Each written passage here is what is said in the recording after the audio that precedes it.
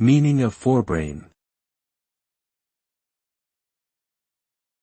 Forebrain. Forebrain. Forebrain. Forebrain.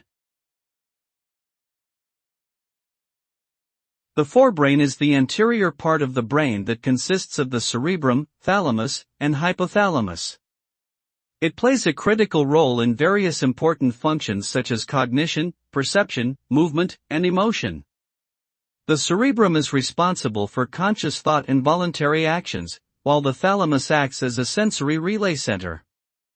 The hypothalamus regulates autonomic functions such as body temperature, hunger, thirst, and circadian rhythms.